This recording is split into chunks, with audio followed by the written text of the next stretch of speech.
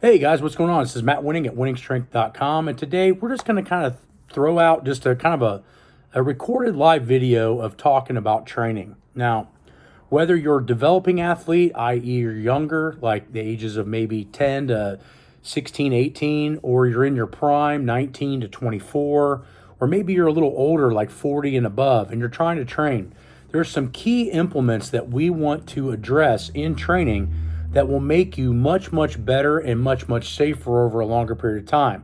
And so I'm going to get to these particular different methods and ideas of training, and make sure you watch the entire video front to back so that you cannot miss any of these key ingredients. So let's get to it.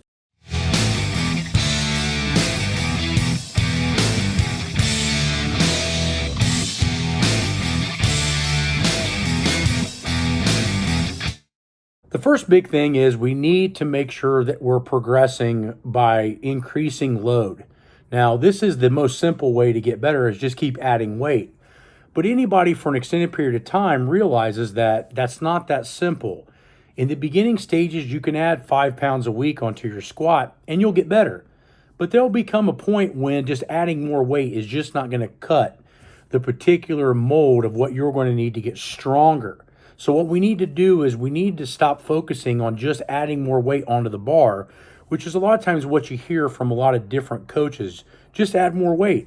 Well, if it was that simple, most people walking around the gym would be a lot stronger than they are now.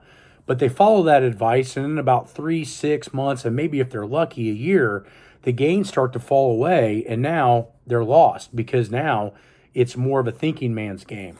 Hey guys, we appreciate you watching the video on YouTube, and I wanted to give a shout out to my sponsor, ATP Labs, who's been helping me sleep tremendously for the last decade. One of those particular supplements that I utilize to sleep well is called Yin Reserve. Now, Yin Reserve was originally created by my good friend and mentor, Charles Poliquin, and then taken over by ATP Labs somewhere around 2 to 3 years ago. When it got reintroduced to the market, they sent it to me to make sure that it was 100% perfect in the same formula that Charles was using in the 2016-2018 range when I was helping him with it. And what I found is that Yin Reserve helped my sleep tremendously, increasing my sleep quality by almost 25% per night. So again, go visit our sponsor, ATP Labs. You can do that through winningstrength.com or atplabs.com. The first step is understanding methods of training. So the first method we have is the maximal effort method. Now, this method states that we probably need to go above 90%, or what we like to call it winning strength, 9 RPE. Now, why do we not base things on percentages? Well, it's pretty simple.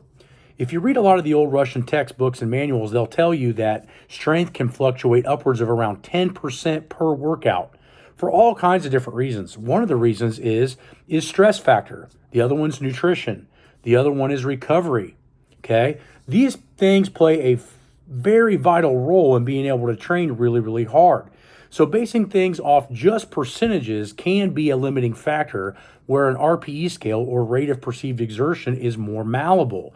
This means that it fluctuates from day to day of what a 9 RPE feels like. Now, for beginners, the RPE range will be difficult to figure out at first, but long term, it will be ultra helpful. So the first step is don't base your things on just percentages. Have a floating or manipulative training method that allows you to adapt into daily energy levels. The next big thing that we have to think about is the dynamic effort method. The dynamic effort method focuses more on rate of force development. This is a very confusing understanding of training for a lot of people, and it's not really that difficult in my opinion. Eventually, when you want to get stronger, you're going to have to get faster. Okay? And even if you want to get faster, you're going to have to get stronger. They're heavily related. Just because powerlifting is slow doesn't mean that the central nervous system is trying to move it slow. It's just so heavy that it does move slow. So if we look at the force velocity curve, powerlifting at maximum is very close to an isometric movement. But it doesn't necessarily mean that training shouldn't fall along the lines of being ultra explosive as well. If you go back to a couple of days or weeks ago, depending on when I decide to post this video, you'll see we're doing plyometric jumps now. And plyometric jumps on the surface don't have a lot to do with squatting. But to an advanced eye, they have a lot to do with lower body strength. The point being is, guys, is that you need to be quick. You need to get quicker if you want to get stronger. And most people don't understand this tactic, and therefore they kind of neglect or they completely refute the dynamic effort training. But in reality, if you look up stuff like Fred Hatfield's compensatory acceleration training, Louis Simmons talking about the dynamic effort method, what you're going to find is that some of the strongest guys to ever lived have used speed work to get better, and so should you. Now, the last one is the repetition method, or you can call it repeated effort method, as that's what I believe Zatsiorsky calls it in his book From the Soviet Union. Repeated effort method is mostly what people base their training on. And this means that you're doing stuff either for sets of 10 to fatigue or to complete failure. Now, for hypertrophy purposes, most times you're going to want to go to almost voluntary failure, regardless of what the set rep range is, meaning sometimes 6s and 8s might be more beneficial for building muscle mass than sets of 10 or 12 or maybe even 20. And conversely, if that's what you're used to, switching things up can be a very good method of making sure that you're making constant progress. So what does this mean? Well, if you read Brian Schoenfeld's book on hypertrophy, they've seen studies of hypertrophy progress from 3 and 4 reps all the way up to 25 plus reps. Notice that Wenning Strength, we focus on all rep ranges and schemes. We do warm-ups at high volume.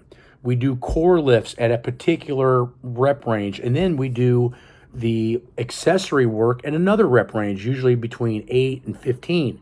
So if we're doing 25, 20, 25 plus for the warm-up, 3 to 6 or 8 on the main lift, and then 8 to 15 or so on the accessories, where's the weak link? The question is, or the answer is that there's no weak link.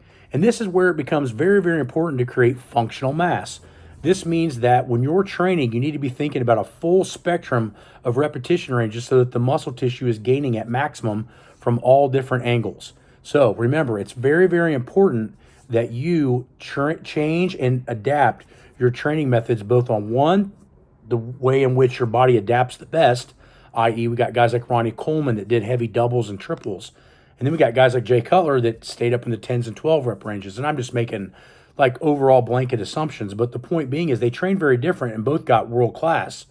The trick is that what do you adapt to is awesome and you should use it most of the time. But that other part of the time, you better be throwing some wrenches in the spoked wheel on your training, meaning throw in rep ranges and set schemes that the body's not accustomed to. Cluster sets, low rest periods, sets till failure, sets for a certain rep range, 10, 12, whatever that may be. Sets for dynamic effort method, explosive efforts, maximal effort methods.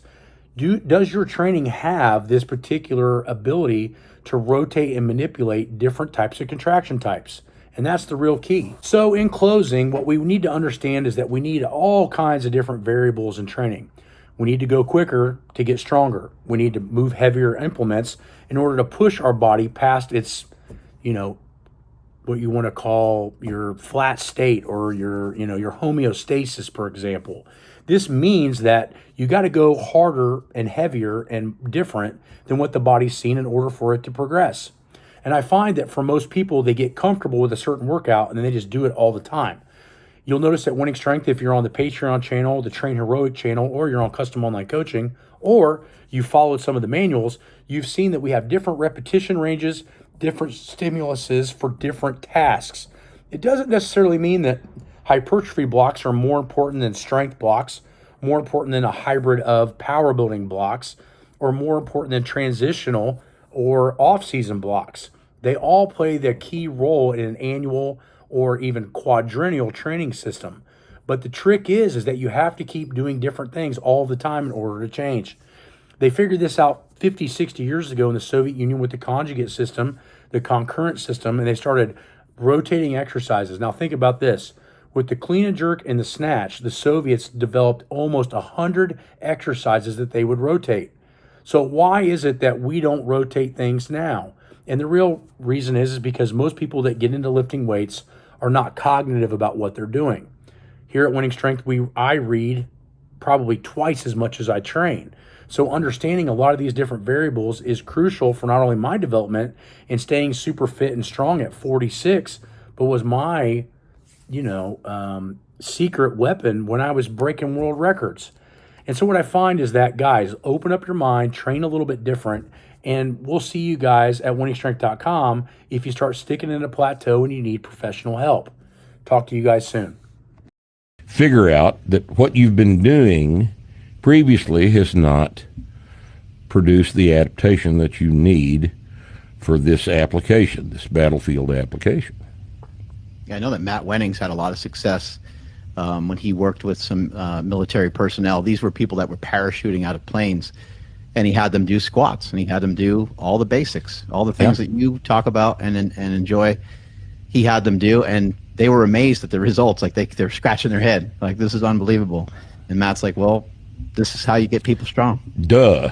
This is duh. You know.